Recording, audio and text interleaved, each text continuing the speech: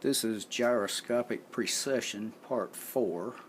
At the end of Part 3, we determined that the moment of inertia of our ring is all that. Well, this is the moment of inertia of our disc. It's basically the same formula as the moment of inertia of our ring, except that our inside radius is 0, and 0 to the 4th power is 0, and 0 times all of that is 0, so that minus 0 is that. So that right there is what we have here for the moment of inertia of our disc. Okay, this means the disc's moment of inertia is about 250 times the moment of inertia of our ring. See, the formula here, we have the same string of numbers for this one as we have for that one, except for that 0.00399 blah blah blah. We just have a plain old 1 here. So that divided by that is going to be 1 divided by 0.00399, which is what we have here. The moment of inertia of the disc over the moment of inertia of the ring is that, and it's approximately 250. This one has a moment of inertia of 250 times the moment of inertia of this one. Okay, but the volume of our disc, well, here's a disc, and let's see, oops, here's a ring. So the volume of our disc is going to be this area here times that width. The volume of our ring is going to be this area along this edge times this width.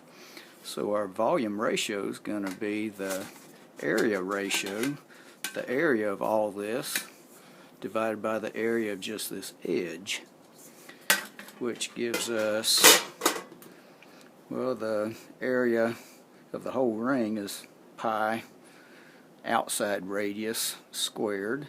The area of just the ring is pi times the outside radius squared minus pi times the inside radius squared. The inside radius is 0.999 times the outside radius.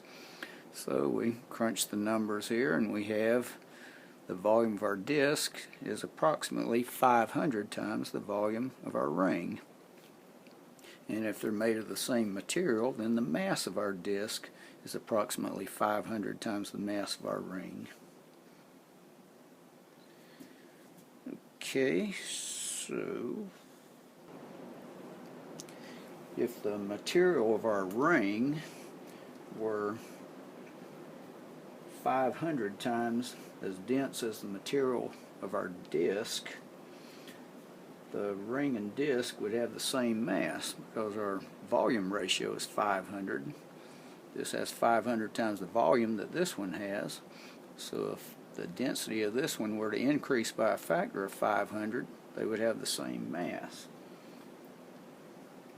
But the moment of inertia of our new high density ring would be, well, this density here, instead of having the same density as the density of our disc, this would be 500 times as much. So our IR would be 500 times as much. So instead of IR only being 1/250th of the moment of inertia of our disc, it would be 500 250ths of the moment of inertia of our disc. In other words, it would be twice as much. And that's why we have this formula. The moment of inertia of a ring is equal to the mass of the ring times the square of the distance of the place where the mass is, the outside of the ring, to the center of the ring. But the moment of inertia of our disc is equal to half of that.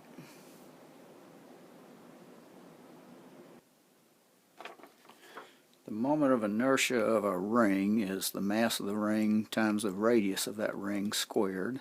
The moment of inertia of a disc is the mass of that disc times the radius of that disc squared over 2.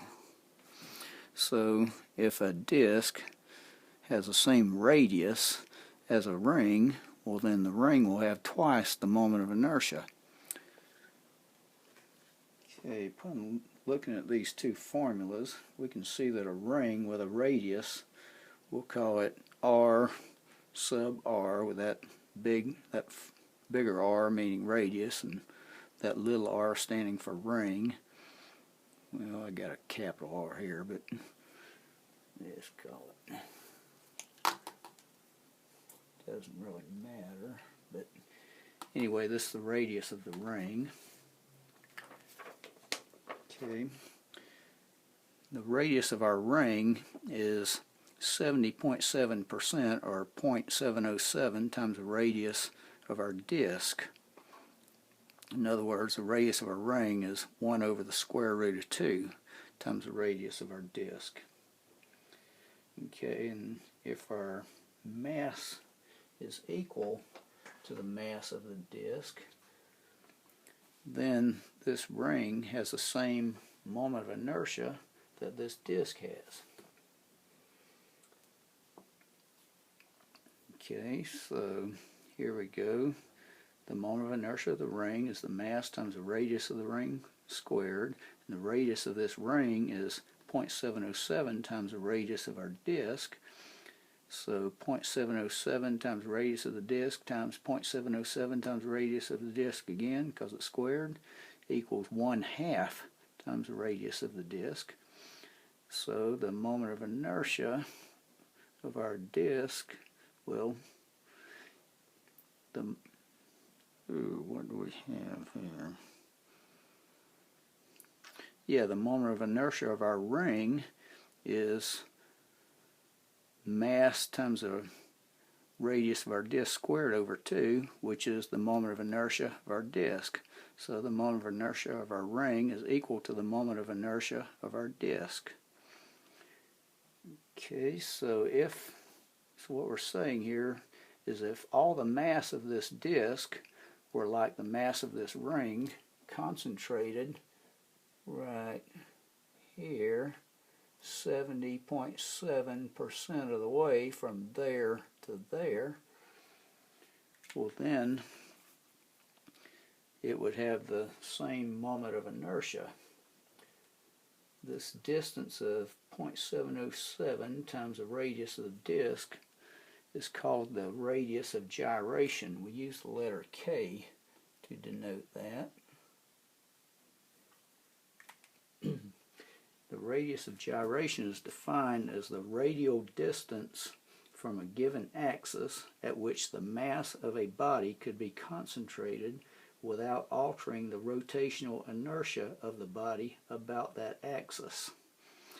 In other words, if all that mass were right there, like it is in this ring, then the moment of inertia is the same. If we use the letter K to denote radius of gyration, we can see that the moment of inertia of a body is equal to the mass of the body times the square of the radius of gyration. That's what we have here. Moment of inertia equals mass times radius of gyration squared. The radius of gyration of a ring is the radius of the ring. The radius of gyration of a disk is 1 over the square root of 2 times the radius of the disk.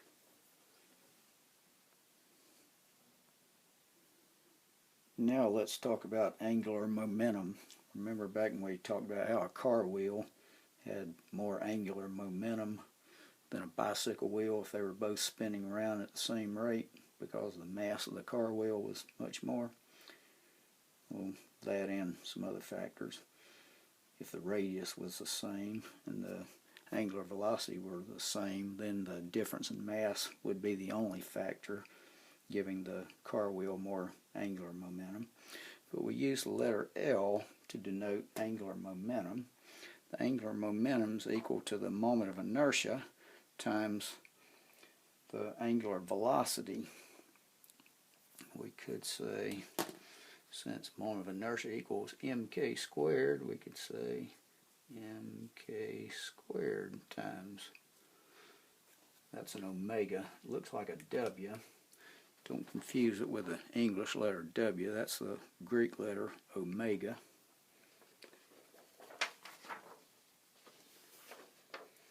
Okay, the units for angular velocity are typically radians per second or radians per minute. Okay, radians are dimensionless.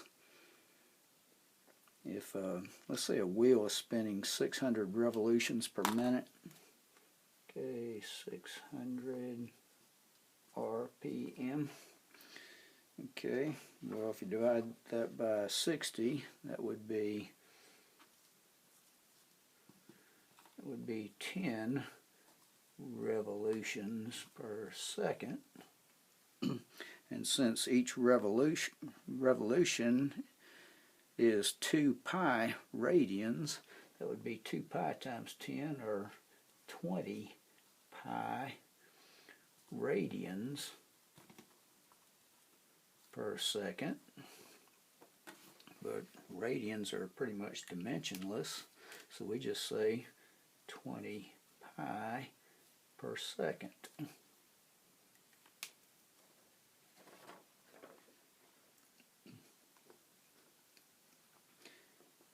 Okay, so radians are implied when we speak of angular velocity. So the units will either be per second, or 1 over second, or second to the negative 1. Thus, the units for angular momentum will typically be kilogram meters per second. It would be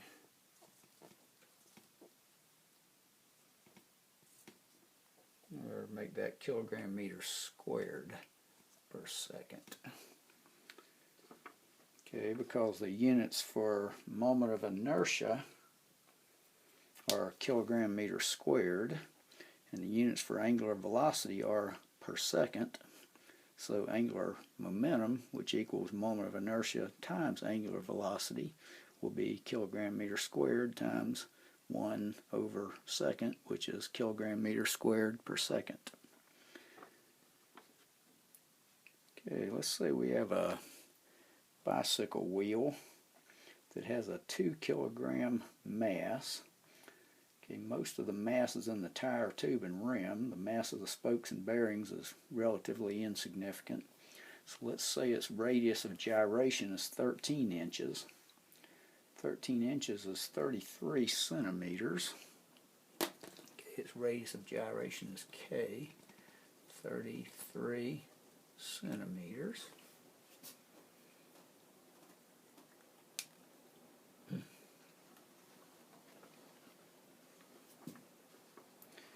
So its moment of inertia is I equals mk squared.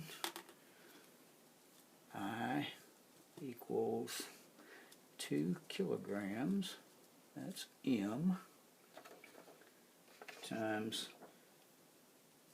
0.33 meters squared. So its moment of inertia is 0.22 kilogram meters squared. Okay, let's say the wheel is spinning 4 revolutions per minute, or per second. That's about what our wheel on the back porch was doing in an earlier lesson. This would be 4 times 2 pi radians per second. So angular velocity, okay, equals 4 times 2 pi radians per second, or just plain old per second. We're about out of time. Let's get back on this in lesson 5.